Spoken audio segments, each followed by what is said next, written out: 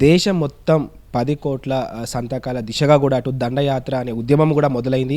Already దేశం మొత్తానం కూడా కంప్లీట్‌గా ఇండియా మొత్తంలో కూడా ఎక్కడెక్కడ గ్రామాల మొత్తంలో కూడా తిరుగుతూ అటు సంతకాల సేకరణ అయితే ఆల్రెడీ జరుగుతుంది. అసలు దీని ప్రధాన లక్ష్యం ఏంటి?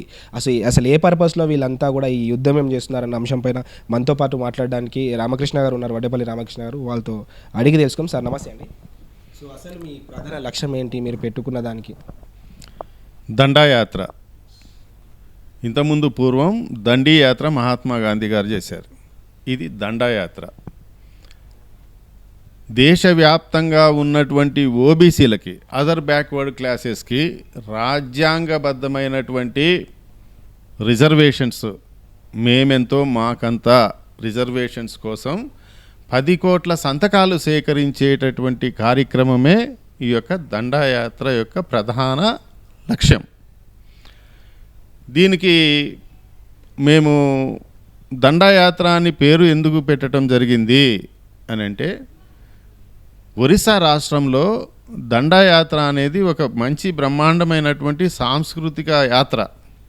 అందులో యోగులు, ఋషులు, గ్రామీణ ప్రాంతం వాళ్ళు చాలా వైభవంగా చేస్తూ తమ లక్ష్యాలు సాధించుకోవటానికి పరమేశ్వరుణ్ణి, భగవంతుడిని, అదే రకంగా కాళీమాతని పూజిస్తూ నృత్యాలతోటి, వాయిద్యాలతోటి సంపూర్ణంగా నడిచేది.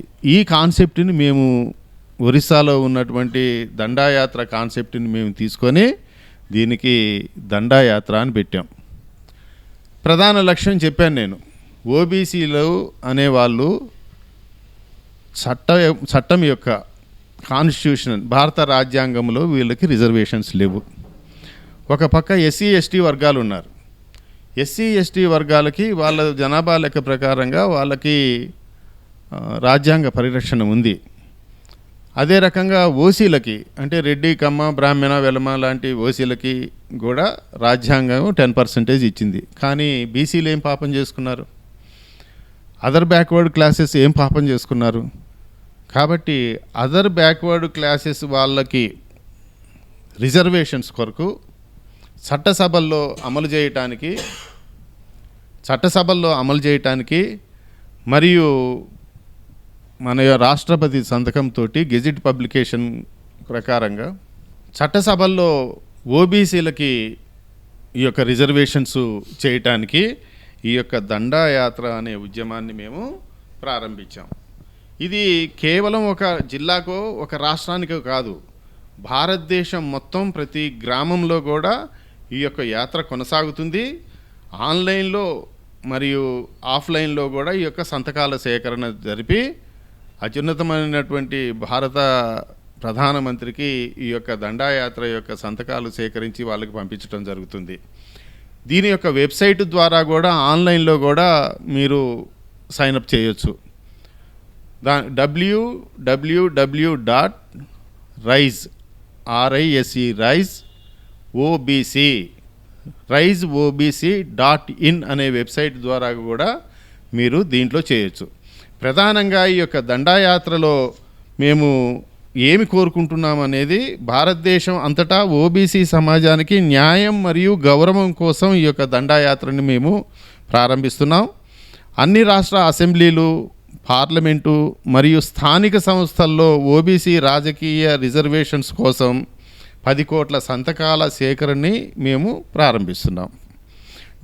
దీని విషయమై గౌరవ డీజీపీలకి, రాష్ట్ర డీజీపీలకి, కమిషనర్ ఆఫ్ పోలీసులకి మేము 11వ తారీఖు నాడే, పోయిన నెల 11వ తారీఖు నాడే మేము పర్మిషన్స్కి తీసుకున్నాం. ఎక్కడెక్కడైతే మేము ఈ యొక్క యాత్ర చేస్తున్నామో ఆ యొక్క అసిస్టెంట్ కమిషనర్ ఆఫ్ పోలీసులకు కూడా మేము దరఖాస్తు చేసుకోవటం జరిగింది. ఇందులో ప్రధాన ఉద్దేశం, మన జనాభా ప్రకారం రాజ్యాంగ సవరణ ద్వారా సురక్షిత రిజర్వేషన్లు కోరుతూ రైజ్ ఓబీసీ దండయాత్ర దేశవ్యాప్త ఉద్యమాన్ని లేవనెత్తండి. అదే మేము ధ్యేయంగా ముందుకు సాగుతున్నాము.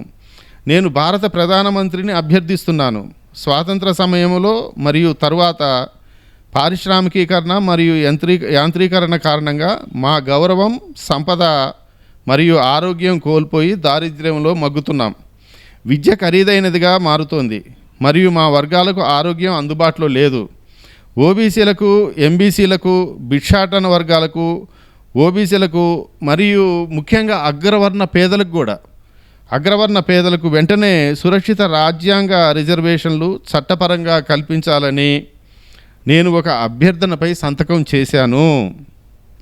మేమెంతో మాకంతా మా జనాభా ప్రకారం రాజ్యాంగ సవరణ ద్వారా సురక్షిత రిజర్వేషన్లు కోరుతూ ఓబీసీలు రైస్ దండయాత్ర దేశవ్యాప్త ఉద్యమ పిలుపును అందుకొని మాకు రిజర్వేషన్లను డిమాండ్ చేస్తున్నాము. నేను భారత ప్రధానమంత్రిని అభ్యర్థిస్తున్నాను. స్వాతంత్రానికి ముందు సమయంలో మరియు తర్వాత పారిశ్రామికీకరణ మరియు యాంత్రీకరణ కారణంగా మా గౌరవం, సంపద, ఆరోగ్యం కోల్పోయాం సార్. విద్య ఖరీదైనదిగా మారుతుంది మరియు మా వర్గాలకు ఆరోగ్యం అందుబాటులో లేదు. ఇంకా మన దేశంలో ధనిక మరియు పేదల యొక్క అంతరం మరింతగా పెరిగింది. ఇది జాతికి క్షేమం కాదు. అంటే ఇందులో మెయిన్ ఎజెండా అటు విద్య, అదేవిధంగా హాస్పిటాలిటీ ఫ్రీగా కేటాయిస్తే అందరికీ అనుకూలంగా ఉంటుందన్న ఉద్దేశమేనా సార్ ఇది? నో, అది కాదు. మాకు రాజ్యాంగ పరిరక్షణ కావాలి. చట్టసభల్లో మాకు రిజర్వేషన్స్ కావాలి. ఏ కుల బీసీలు ఎంత ఉన్నదో అంత వాటా మాకు కావాలి. రాజకీయ పరిష్కారమే కావాలి మాకు. సరే, ఇప్పటి వరకు కూడా విద్యా వైద్యము అందిస్తున్నప్పటికీ మా వర్గాలు ఆ యొక్క విద్యని కానీ వైద్యాన్ని కానీ ప్రైవేటైజేషన్ చేయటం వల్ల అది మేము అందుకోలేకపోతున్నాం. కాబట్టి మా యొక్క వర్గాలకి రాజ్యాంగ పరిరక్షణ ద్వారా చట్టసభల్లో మేమెంతో మాకంత రిజర్వేషన్స్ కానీ ఇచ్చినట్లయితే మేము ఇంకా ముందుకు పోగలుగుతాము. ఆర్థికంగా, రాజకీయంగా, సామాజికంగా, సాంస్కృతికంగా కూడా మేము పెరగగలుగుతాం.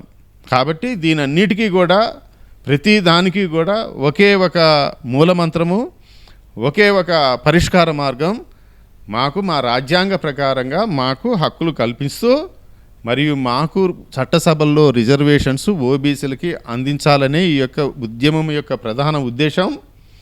కాబట్టి దీన్ని ప్రతి ఒక్కరు, విద్యావంతులు, విద్యార్థులు, మేధావులు, అన్ని వర్గాల వారు, ఉన్నత వర్గాల్లో పేదలు కూడా మరియు మైనారిటీసు, ప్రతి ఒక్కళ్ళు కూడా ఈ ఉద్యమాన్ని తన ఉద్యమంగా భావించి, తన జాతి యొక్క ఉద్యమంగా భావించి ముందుకు సాగాలని, మరియు దీన్ని 10 కోట్ల సంతకాలని మేము చాలా కార్యదక్షతతో ఉన్నాము.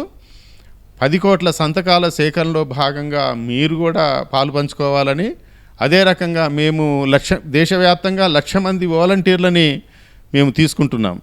ఈ 1,00,000 మంది వాలంటీర్ల యొక్క బాధ్యత ఏంటి అనంటే, మీ యొక్క గ్రామాలలో, పట్టణాల్లో, విద్యాలయాల్లో పనిచేస్తున్నటువంటి హాస్పిటల్స్ కానీ లేదా పోలీస్ డిపార్ట్మెంట్ లాంటి వాళ్ళ దగ్గర కానీ మీరు వాలంటీర్గా జాయిన్ అయ్యి, మేము ఒక యూనిక్ ఐడెంటిటీ ఇస్తాం మీకు. వాలంటీర్గా జాయిన్ అయ్యి ఈ యొక్క 10 కోట్ల సంతకాలని దిగ్విజయం చేయవలసిందిగా కోరుతూ అందరినీ కూడా అభ్యర్థిస్తున్నాను. వాలంటీర్స్గా వెంటనే ఈ యొక్క దండా కార్యక్రమంలో, దండాయాత్ర, దండా మూవ్మెంట్, రిజర్వేషన్స్ ఫర్ ఓబీసీస్ కార్యక్రమంలో వెంటనే పాలు పంచుకోవాల్సిందిగా కోరుతున్నాను. చూసారు కదా, ఈ దండా మూమెంట్కి సంబంధించిన కంప్లీట్ ఇన్ఫర్మేషన్ అయితే ఇవ్వడం అయితే జరిగింది. సో దీనికి సంబంధించి ముఖ్య ఉద్దేశం అంటే కంప్లీట్గా ఇది 10 కోట్ల సంతకాల సేకరణ అనేది కూడా చాలా జోరుగా సాగుతుంది. ప్రజల వద్ద నుంచి కూడా చాలా వరకు రెస్పాన్స్ వస్తుందని అయితే మనతో పాటు వడ్డేపల్లి రామకృష్ణ గారు అయితే చెప్పడం జరిగింది. కెమెరామెన్ మురళితో భరత్, స్టూడియో 18 న్యూస్, హైదరాబాద్.